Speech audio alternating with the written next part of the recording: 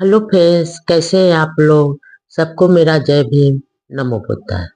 Baba Saheb Ambedkar life and mission में आज का टॉपिक है बाबा साहब का झुकाव सिख धर्म की ओर भी था। सभी धर्मों का अध्ययन करने के बाद बाबा साहब का झुकाव सिख धर्म की ओर था। उनकी इच्छा सिख धर्म को अधिक जानने की हुई। उन्होंने दादर बम्बई में सिखों की रामदास कॉलेज स्थापना में मदद की। उसके बाद 1936 में उनके भतीजा मुकुंद राव व पुत्र यशवंत राव सहित कुछ लोगों को सिख धर्म के बारे में ज्यादा जानकारियां लेने के लिए अमृतसर भेजा। बाद में बाबा साहब खुद इसके लिए अमृतसर गए। वहां स्वर्ण मंदिर में उनका भव्य स्वागत हुआ। इसी दौरान महाराजा पटियाला ने बाबा साहब से कहा कि यदि वे सिख हो जाएं तो उन्हें पटियाला राज्य का प्रधानमंत्री बनाएंगे। इसके जवाब में बाबा साहब ने कहा कि वह सिख धर्म को गंभीरता से समझने के लिए अमृतसर आए थे, न कि अपने आप को किसी लोभ में बेचने के लिए। दरअसल उन्हें किसी पद या धन के लोभ के लिए धर्म परिवर्तन नहीं करना था। इसलिए आखिर में सारे प्रलोभनों से हटकर मानवतावादी बौद्ध धर्म की शरण में जाकर बुद्ध का संदेश अतो दीपो भव ग्रहण किया। उस समय बाबा साहब सिख धर्म की ओर भी कुछ आकर्षित थे। इसी सिलसिले में 13 जनवरी 1936 को वह डॉक्टर पुरुषोत्तम सोलंकी के साथ पुणे में सिखों के कीर्तन में शामिल हुए। उस समय सिख नेताओं ने उनसे विनती की थी कि डॉक्टर अम्बेडकर सिख धर्म स्वीकार करें। उसी सप्ताह पुणे में 2 मुसलमान प्रतिनिधि मंडलों ने भी डॉक्टर अम्बेडकर जी से भेंट की और उन्हें मुस्लिम धर्म स्वीकार करने की विनती की।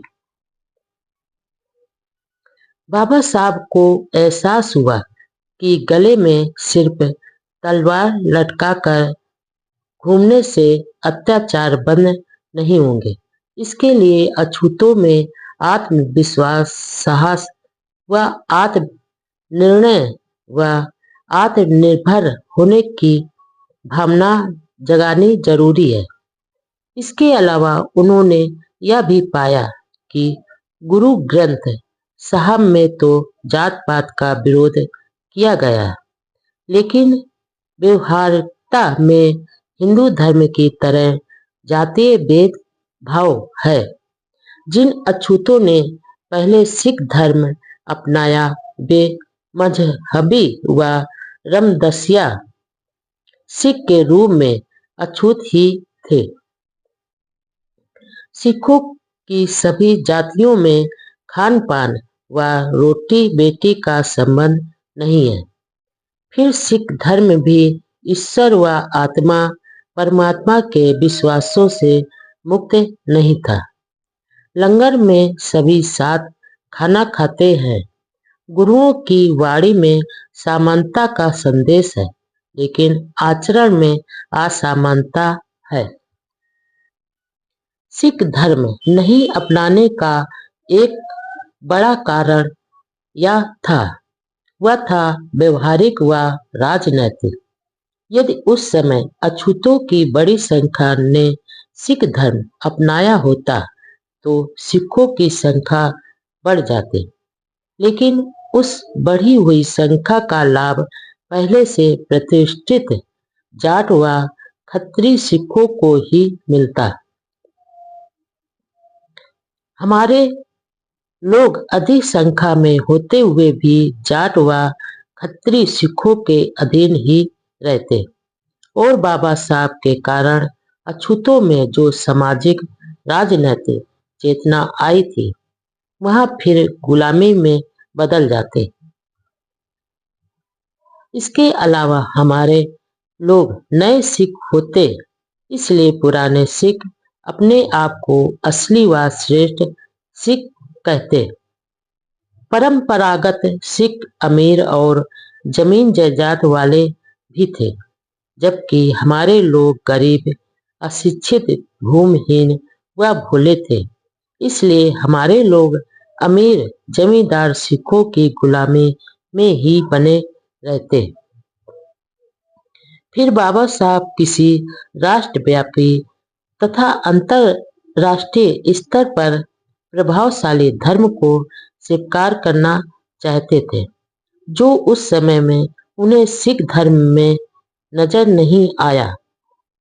आखिर गंभीर अध्ययन, चिंतन मनन के बाद सामाजिक, आर्थिक, राजनैतिक व आध्यात्मिक पहलुओं को ध्यान में रखते हुए बाबा साहब ने सिख धर्म को नहीं अपनाया। वह भारतीय संस्कृति का दुनिया में फैला धर्म चाहते थे। धर्मांतर के मामले में बाबा साहब किसी लोभ, लालच या सौदेबाजी से दूर ही रहना चाहते थे। ईसाई धर्म के नेता भी राजगृह में बाबा साहब से मिले। उन्होंने बाबा साहब से आग्रह किया कि यदि वे अछूतों के साथ ईसाई धर्म स्वीकार करें तो देश के बड़े शहरों, तहसीलों व कस्बों में शिक्षण संस्थानों का जाल बिछा देंगे, जिसमें केंद्रीय चर्च की तरफ से अछूतों के लिए मुफ्त शिक्षा की व्यवस्था की जाएगी। इसके अलावा करोड़ों रुपयों की अलग से मदद की जाएगी। इस बारे में बाबा साहब का विचार था कि ईसाई धर्म विदेशी है, उसके अनुयायी यरूशलम को ही अपना मुख्य तीर्थ समझते हैं, जैसे मुसलमान मक्का व मदीना को समझते हैं। इससे ईसाई वे लोगों में यरूशलम के प्रति ही ज्यादा श्रद्धा होती है। इसके बारे में बाबा साहब ने स्पष्ट कहा, ईसाई या इस्लाम धर्म स्वीकार करने पर मेरे लोग अपनी मूल राष्ट्रीयता से वंचित हो जाएंगे। इसी कारण उन्होंने इस्लाम व ईसाई जैसे विदेशी धर्म को नहीं अपनाया। बाबा साहब की यह विराट देशभक्ति की सोच थी। लोभ व लालच के आगे वह निस्वार्थी महापुरुष जरा सा भी नहीं डगमगाया। इसी उच्च चरित्र व आचरण के आगे उनके विरोधी भी नाकामयाब हो जाते थे। धर्म परिवर्तन की घोषणा के बारे में अखबारों में खूब छापा। इसके यह लाभ भी हुआ कि देश दुनिया के लोग अछूतों की दयनीय दशा व उनके ऊपर हो रहे अन्याय अत्याचारों से अधिक परिचित हुए। चारों ओर हिंदुओं द्वारा इसकी काफी आलोचनाएं हो रही थी, धमकियां भी मिल रही थी, लेकिन बाबा साहब अपने फैसले पर अडिग थे, क्योंकि वह करोड़ों अछूतों की मुक्ति चाहते थे। उनके सम्मान व स्वाभिमान के लिए निस्वार्थ संघर्ष कर रहे थे। गांधी जी की प्रतिक्रिया पर बाबा साहब ने कहा कि जीवन में धर्म तो आवश्यक है, लेकिन उस धर्म से चिपके रहना कहा कि बुद्धिमत्ता है, जिसमें कुछ लोगों पर धर्म के नाम पर अत्याचार, अन्याय किए जाते और धर्मशास्त्रों में पशुओं से भी बदतर रखने की प्रावधान दिए हैं। उन्होंने यह भी कहा कि वह तो अपने फैसले पर कायम है। यदि लोगों को अच्छा लगे तो उनका अनुसरण करें, अन्यथा वे अपने पुराने धर्म में ही बने रहने के लिए स्वतंत्र हैं। धर्मांतरण स्वयं की इच्छा तथा विवेक के साथ होना चाहिए।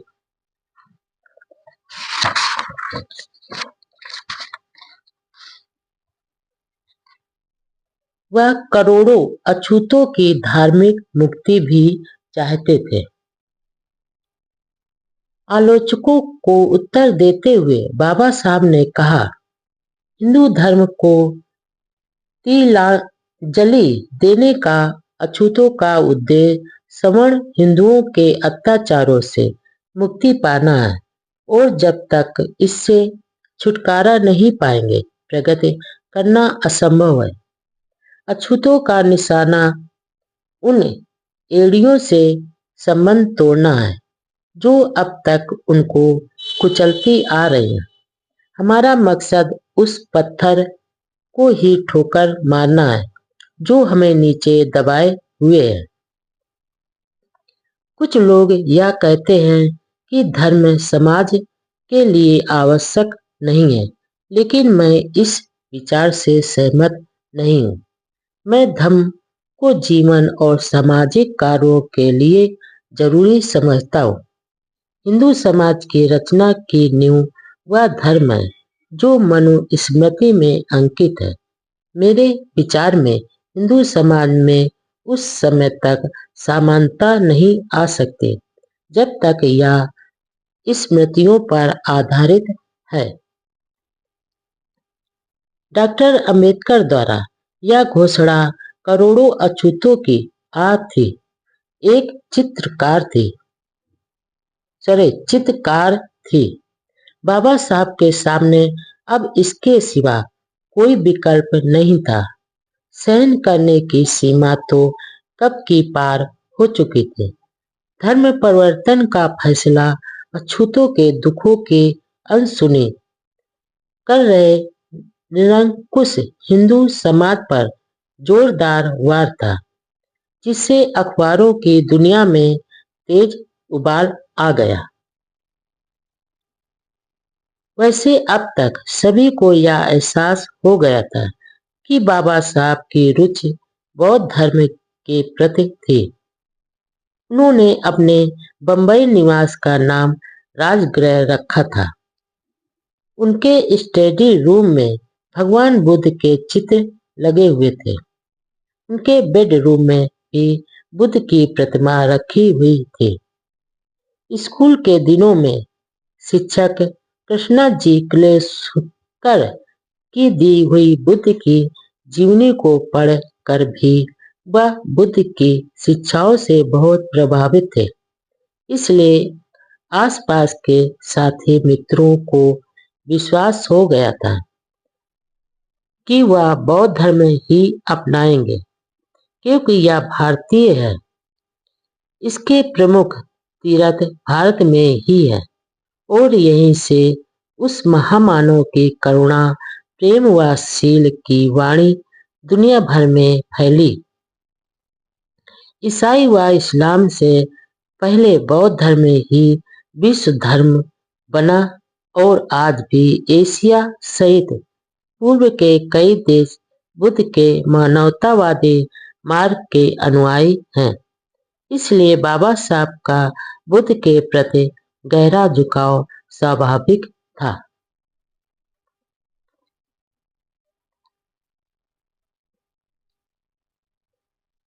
धार्मिक नेताओं द्वारा पद व धन के प्रलोभन से डॉक्टर अंबेडकर नहीं डगमगाए।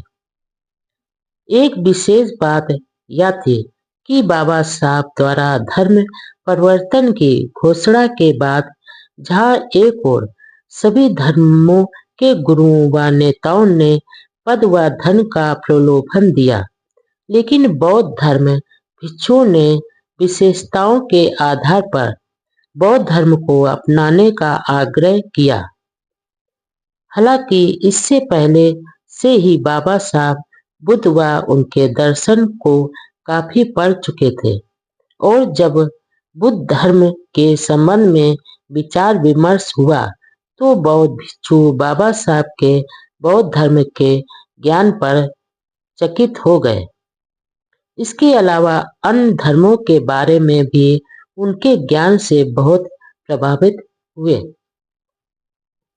इस सम्मेलन में एक खास बात यह थी कि अछूतों के नेता डॉक्टर पुरुषोत्तम सोलंकी ने पहले धर्मांतरण की घोषणा का कड़ा विरोध किया था, लेकिन अब वह डॉक्टर अंबेडकर के साथ हो गए और धर्मांतरण का समर्थन किया।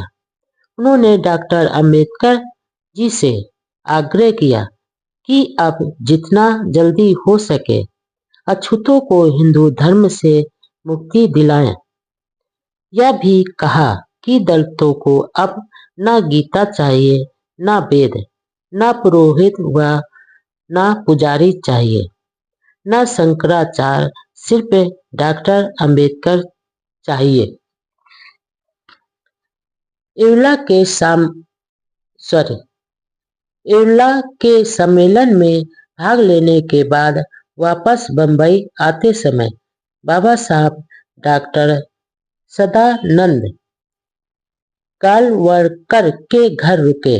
वहां एक हिंदू मिशनरी मसूरकर उनसे मिले। महाराज ने कुछ ही दिन पहले 10,000 ईसाइयों को हिंदू धर्म की दीक्षा दी थी। दोनों की लगभग 3 घंटे तक बातचीत हुई। उन्होंने डॉक्टर अंबेडकर जी को काफी समझाने की कोशिश की कि सवर्ण हिंदुओं का हृदय परिवर्तन जरूर होगा, इसलिए धर्मांतरण का प्रोग्राम रद्द कर देना चाहिए। लेकिन डॉक्टर अंबेडकर जी ने कहा, धर्म परिवर्तन की घोषणा कोई आनंद की बात नहीं है। अब इसको टालना सवर्ण हिंदुओं के हाथ में है, लेकिन अब उनका हृदय परिवर्तन होना असंभव सा लगता है। और यदि हमारे एक अछूत कार्यकर्ता को शंकराचार्य की गद्दी पर बैठाकर सोचित पावन ब्राह्मण साष्टांग प्रणाम करें तो मैं समझूंगा कि हिंदुओं का हृदय परिवर्तन हो गया। लेकिन 10,000 ईसाइयों को शुद्धि के बाद हिंदू धर्म में प्रवेश कराने वाले मसूरकर महाराज विद्वान डॉक्टर अंबेडकर के तर्कों के आगे फिर बोल नहीं पाए। उस समय धार्मिक क्षेत्र में फैले अंधविश्वास व पाखंड को देखकर बाबा साहब ने तो यहाँ तक कह दिया था कि भारत में सामाजिक और धार्मिक मामलों में कुमाल पाशा या मुसोलिनी जैसे तानाशाहों की जरूरत है। उन्होंने कहा कि मैं अंधविश्वास व पाखंड में विश्वास नहीं करता, इसलिए मेरा हिंदू धर्म में विश्वास नहीं रहा। एवला सम्मेलन की घोषणा का संदेश अखबारों को भेजा गया। अखबारों ने अपने अपने ढंग से इस खबर को छापा। किसी ने तोड़ मरोड़ कर छापा तो किसी ने जनता को उकसाया। इसी दौरान पीर जमात अली द्वारा यह अफवाह पंजाब के अखबारों में छापी कि डॉक्टर अंबेडकर व उनके अनुयायी जल्दी ही इस्लाम धर्म स्वीकार करने वाले हैं। डॉक्टर अंबेडकर जी को इस खबर का पता लगते ही कहा, यह सच है कि पीर जमात से बंबई में भेंट हुई थी और धर्म के बारे में चर्चा हुई थी, लेकिन इसके अलावा कुछ नहीं हुआ।